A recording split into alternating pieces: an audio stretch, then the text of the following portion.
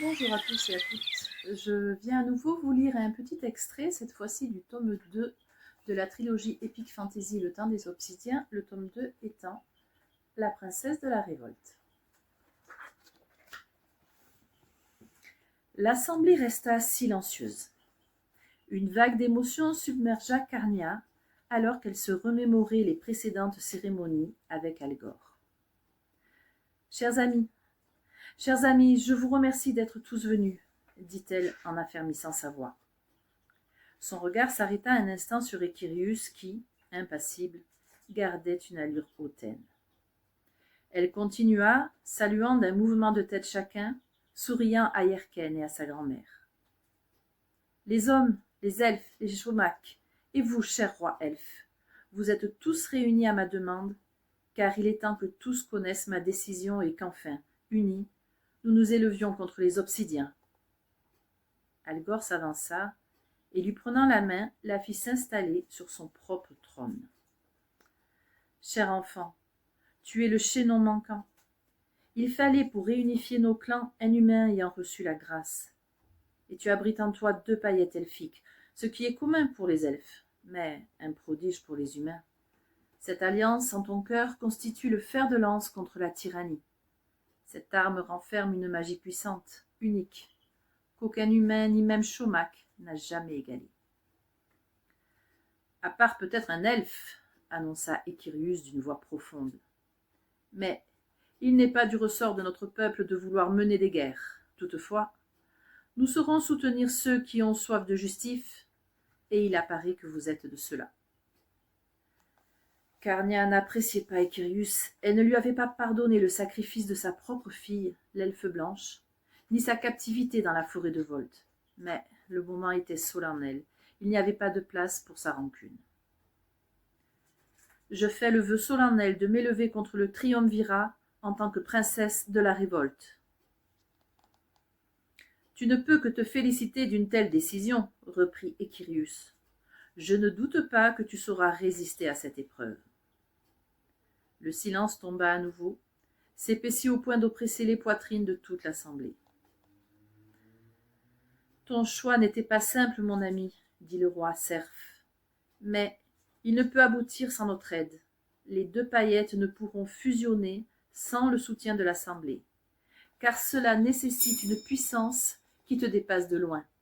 Cela risque même d'entamer ta foi par l'intensité qui va se dégager, et lorsque cela sera fait, cela exigera de toi une droiture que tu n'imagines pas. Elle le déroula doucement, découvrant une splendide écriture elfique. L'encre affichait des reflets chatoyants qui accrochaient des étincelles de joie dans les prunelles de la jeune fille. Ce jeu d'écriture magique restait toutefois imperméable à la lecture humaine. Elle interrogea du regard le roi elfe. Il eut un petit geste d'excuse, comme s'il avait négligé ce léger détail. Il posa sa main sur celle de Carnia et aussitôt, l'encre retrouva une viscosité lui permettant de glisser et ramper comme une vouivre sur le velin, en une danse fluide. Elle se contorsionna pour former de nouveaux mots, ou plus exactement, les mêmes mots traduits en langage humain. Elle sourit du prodige et, avide de comprendre, elle entama la lecture du document. Au bout de quelques mots pourtant, sa voix s'enroua au point de ne plus pouvoir sortir un seul son, prise d'une quinte de toux. Tous attendaient, mais sa gorge refusait de lire ce serment. Le rouge lui monta aux joues, comme si elle était en faute, mais son esprit luttait pour reprendre en main cette situation si gênante. Elle racla sa gorge à plusieurs reprises, tentative infructueuse. Refusant catégoriquement l'échec, son esprit emballé finit par lui imposer une idée apparemment saugrenue. Sa voix humaine ne pouvait tout simplement pas déclamer ce texte elfique. Alors, elle userait du chant pour transcender ce texte empreint de si puissantes énergies. Coutumière de cet art, sa voix rivalisait avec celle des elfes. Elle inspira profondément, gonflant le ventre, abaissant le diaphragme. Un son d'une pureté extrême vibra dans l'atmosphère. Comme lors des veillées à Rikia, sa voix cristalline envoûta l'assemblée. Elle modulait une mélopée soufflée secrètement du fond de son cœur par 2 paillettes qui rêvaient de s'enlacer.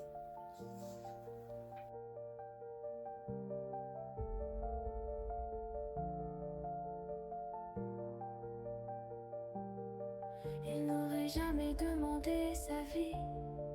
Le berceau d'une alliance non consentie n'est qu'un tombeau rempli de dépit.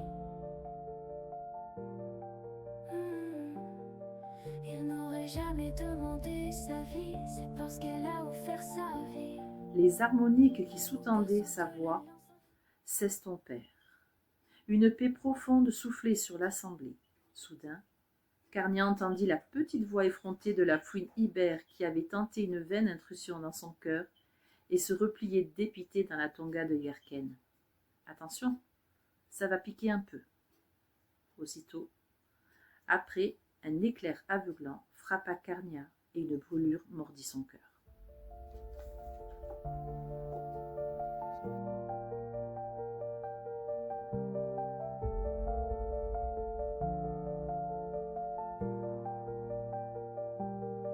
Il n'aurait jamais demandé sa vie. Le berceau d'une alliance non consentie n'est qu'un tombeau rempli de dépit.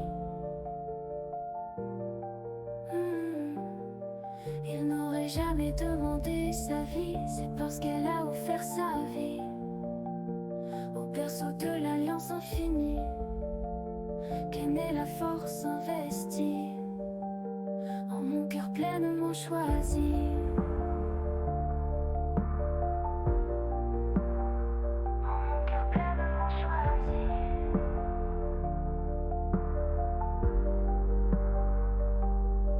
Elles se sont côtoyées toutes ces années, sans se frôler, sans se chuchoter, attendant que j'offre avec loyauté les grains pour leur